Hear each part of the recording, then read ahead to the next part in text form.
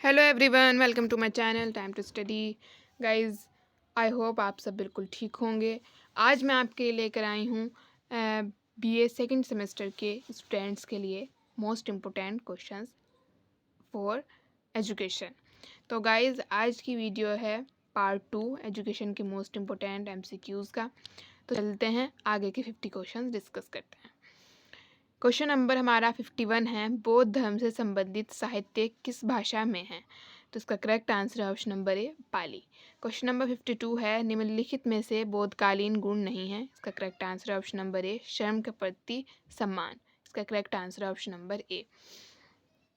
Question number 53 है, 10 शिक्षा प्रदानी अर्थात 10 शिक्षा प्रदान की जाती थी। इसका करेक्ट आंसर है ऑप्शन नंबर सी, श्रमण या सामनेर को।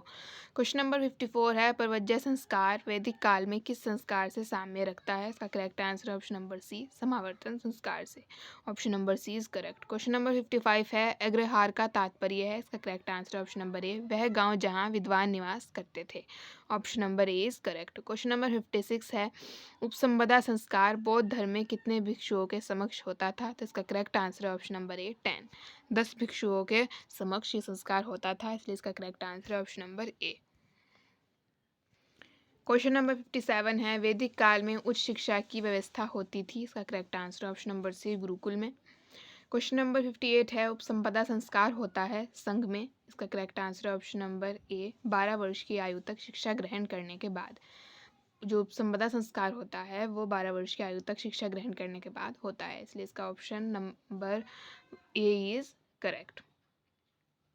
क्वेश्चन नंबर 59 है, बौद्ध काल में शिक्षा के स्तर थे। इसका करेक्ट आंसर है ऑप्शन नंबर बी, प्राथमिक एवं उच्च स्तर।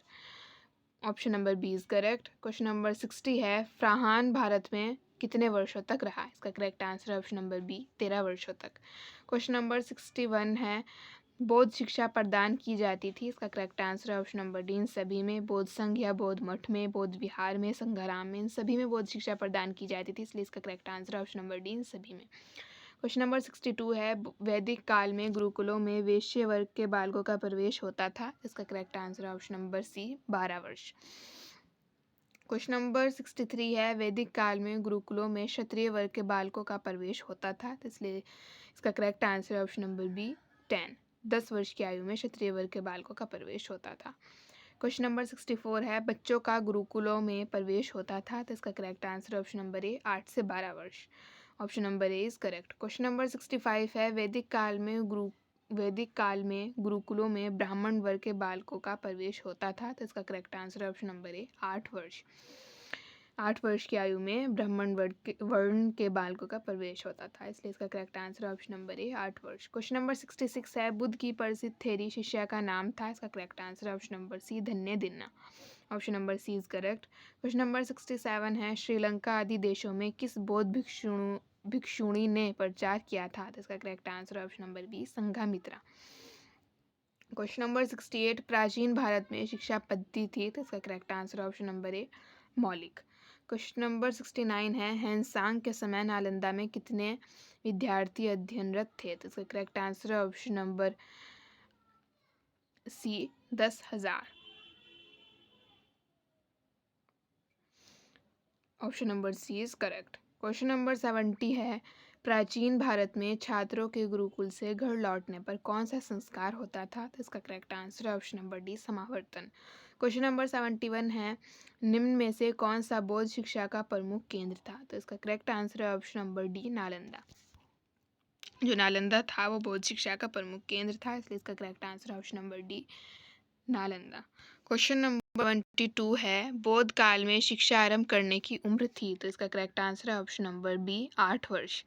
क्वेश्चन नंबर 73 है, वैदिक कालीन शिक्षा में किस भाषा का प्रयोग होता था? तो इसका करेक्ट आंसर है ऑप्शन नंबर ए, संस्कृत।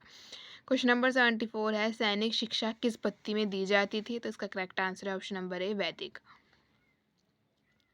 क्वेश्चन नंबर 75 है, वेद किस भाषा में लिखे हैं? तो इसका करेक्ट आंसर है option number B, Sanskrit. Question number 76, Greek लेखक मेगास्थनीज की रचना का क्या नाम है? तो इसका करेक्ट आंसर है ऑप्शन नंबर डी, डिका। क्वेश्चन नंबर 77, कर्म कांड पर आधारित वेद है। इसका करेक्ट आंसर है option number C, Yajurveda. Question number 78, फरहान जब भारत आया तब भारत पर किसका शासन था? तो इसका करेक्ट आंसर है option number C, Chandragupta Vikramaditya. Option number C is correct. Question number 79 है, गुरुकुल शिक्षा प्रणाली में टोल से क्या अभिप्राय है? तो इसका करेक्ट आंसर है ऑप्शन नंबर सी, एक शिक्षक केवल संस्कृत भाषा की शिक्षा प्रदान करता है। Option number C is correct. Question number 80 है, वैदिक कालीन शिक्षा के उद्देश्य हैं? तो इसका करेक्ट आंसर है ऑप्शन नंबर डी, ये सभी। चित्रवृत्तियों का निरोध, ज्ञान तथा अनुभव पर बल, सामाजिक कुशलता का विकास, ये सभी हैं। तो इसका करेक्ट आंसर हो जाएगा ये सभी वैदिक कालीन शिक्षा के ये सभी उद्देश्य हैं। Option number D is correct. Question number 81 है, चरण किसे कहते हैं? तो इसका करेक्ट आंसर है ऑप्शन नंबर बी, एक प्रकार का विद्यालय या gurukul. Option number B is correct. Question number 82, वैदिक कालीन शिक्षा में गुरु शिष्य संबंध किस प्रकार के थे? तो इसका करेक्ट आंसर है ऑप्शन नंबर ए, पिता पुत्र तुल्य। क्वेश्चन नंबर 83 है, बौद्ध भिक्षु कहाँ रहते थे? तो इसका करेक्ट आंसर है ऑप्शन नंबर सी, बौद्ध विहार में। क्वेश्चन नंबर 84, निम्नलिखित में से कौन सा बौद्ध शिक्षा का केंद्र नहीं था? इसका करेक्ट आंसर है option number B, Takshashila. Takshashila जो है बौद्ध शिक्षा का केंद्र नहीं था, क्योंकि बौद्ध शिक्षा का जो प्रमुख केंद्र था वो था नालंदा, और तक्षशिला जो केंद्र था वो था वैदिक कालीन शिक्षा का प्रमुख केंद्र। तो इसका करेक्ट आंसर होगा ऑप्शन नंबर बी, क्योंकि बौद्ध शिक्षा का जो प्रमुख केंद्र था वो नालंदा था, तक्षशिला नहीं। तो इसलिए बौद्ध शिक्षा का केंद्र नहीं था Takshashila. Option number B is correct. Question number 85, A journey beyond the three seas, the three seas क्या है? A journey beyond the three seas क्या है? इसका correct answer option number C, एक रूसी साहित्यिक कार्य। ऑप्शन नंबर 86, बौद्ध शिक्षा के प्रमुख केंद्र थे। इसका correct answer option number C, बौद्ध मठ। क्वेश्चन नंबर 87 है, यात्रियों का राजकुमार किसे कहा जाता है? इसका करेक्ट आंसर है ऑप्शन नंबर डी, हेनसांग को। क्वेश्चन नंबर 88 है, हेनसांग का जन्म चीन के वर्तमान में कौन से प्रांत में हुआ? इसका करेक्ट आंसर है option number C, Hainan. Question number 89, Ibn Battuta किस देश का निवासी था? इसका करेक्ट आंसर है option number B, Morocco. Question number 90 है, किताबुल हिंद नामक पुस्तक के लेखक हैं? तो इसका correct answer option number C, Al Biruni. Question number 91 है, इब्न बतूता की रचना का क्या नाम था? इसका करेक्ट आंसर है ऑप्शन नंबर सी, किताब रहला। इब्न बतूता की जो रचना थी वो थी किताब रहला। क्वेश्चन नंबर 92 है, किसने मध्यकालीन विजयनगर की तुलना रोम से की? इसका करेक्ट आंसर है option number A, Domingo Paes. Question number 93 है, वैदिकालीन शिक्षा थी? इसका correct answer option number C, धर्म प्रधान। Option number C is correct. Question number 94, वैदिक शिक्षा का मुख्य उद्देश्य था? तो ये सभी वैदिक शिक्षा के मुख्य उद्देश्य थे, धर्म का पालन करना, आध्यात्मिक विकास करना, मोक्ष की प्राप्ति करना। तो ये सभी के उद्देश्य थे वैदिक शिक्षा के, तो इसलिए इसका करेक्ट आंसर हो जाएगा ऑप्शन नंबर डी, ये सभी। क्वेश्चन नंबर 95, वैदिक कालीन शिक्षा का संबंध था? तो वैदिक कालीन शिक्षा का संबंध किससे था? वो था वेदों से। इसका करेक्ट आंसर हो जाएगा ऑप्शन नंबर सी, वेदों से। क्वेश्चन नंबर 96, वैदिक शिक्षा की प्रमुख शिक्षण विधि थी? इसका correct answer option number D, ये सभी। स्वाध्याय विधि, वाद विवाद विधि, प्रवचन विधि, ये सभी वैदिक काल की शिक्षण विधियाँ थी, इसलिए इसका करेक्ट आंसर हो जाएगा ऑप्शन नंबर डी, ये सभी। क्वेश्चन नंबर 97, वैदिक शिक्षा की विशेषता थी? इसका करेक्ट आंसर हो जाएगा ऑप्शन नंबर डी, ये सभी। आध्यात्मिक शिक्षा, सादा जीवन, उच्च विचार, पूर्ण आवासीय शिक्षा, तो ये सभी जो थी वो वैदिक शिक्षा की विशेषताएं थी, तो इसका करेक्ट आंसर जाएगा ऑप्शन नंबर डी, ये सभी। क्वेश्चन नंबर 98, वैदिक कालीन शिक्षा का प्रमुख संस्कार था? तो इसका करेक्ट आंसर जाएगा ऑप्शन नंबर सी, उपनयन संस्कार। Option number C is correct.